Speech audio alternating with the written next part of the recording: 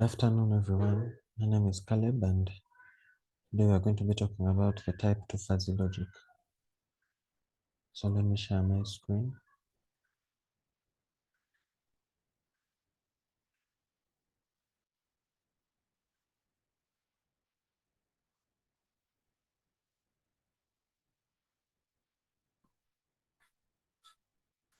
Yes, so it is the fuzzy logic, type 2 fuzzy logic,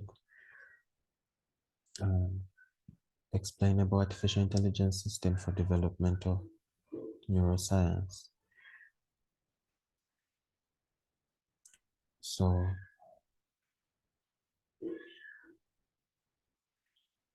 let me first talk about the developmental neuroscience, which is a method of understanding how the human brain develops over time. And most of the common methods, one of the common methods used is the functional magnetic resonance imaging, or MRI.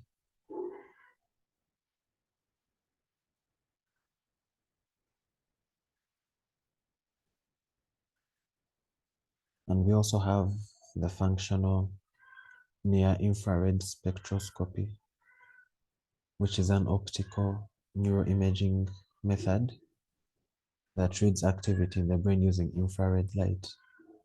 And how it works is that an emitter shines light on a specific location of interest in the brain during the study.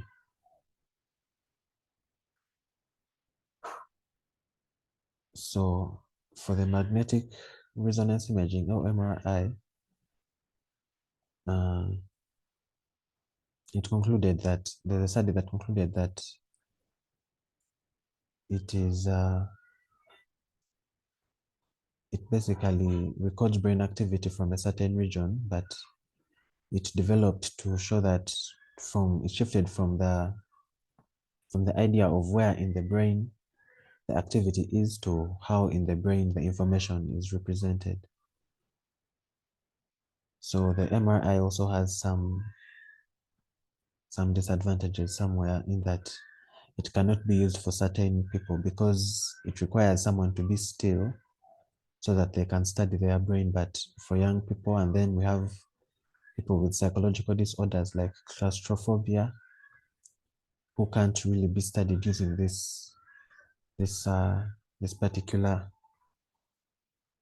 method. So that's where the NRIS comes in, and then it offers a more portability and a degree of flexibility, where basically how it works is that you just wear a certain you wear something, a helmet on your head, and then it's connected to the sensors, and then you can be mobile while your brain activity is being studied. So that's where this one comes in. Its limitation is that it has no sophisticated algorithms, hence it can't explain the underlying brain activity.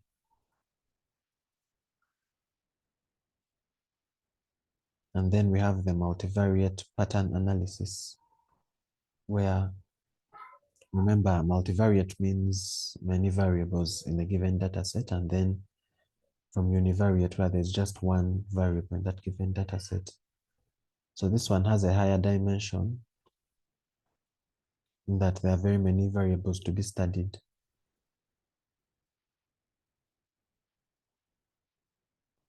That's where it came from, the idea of where in the brain to how in the brain, because where in the brain is just one variable of the location of the activity, and now it has many more dimensions, where we have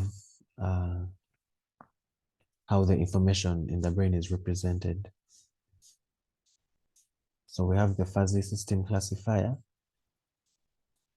that uses a rule called if causes then result. For example, in the context of this neuroscience dataset for infants, it's where, like, if there's a given activity, then a given stimulus caused it.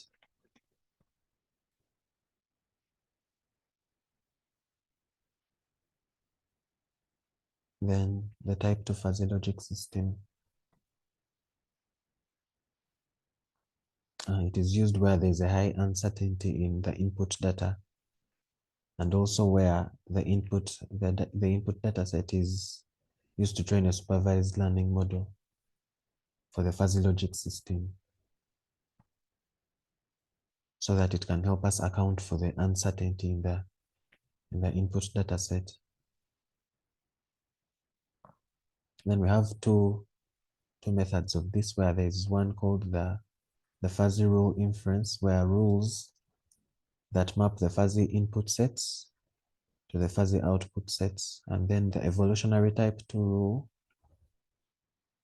which is where experts in the field can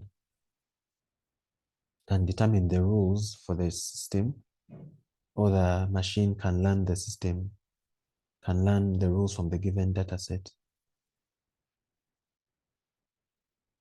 And this one is better. The evolutionary type 2 fuzzy rule learning is better because it has no biases from the experts. And then these are the references for further study.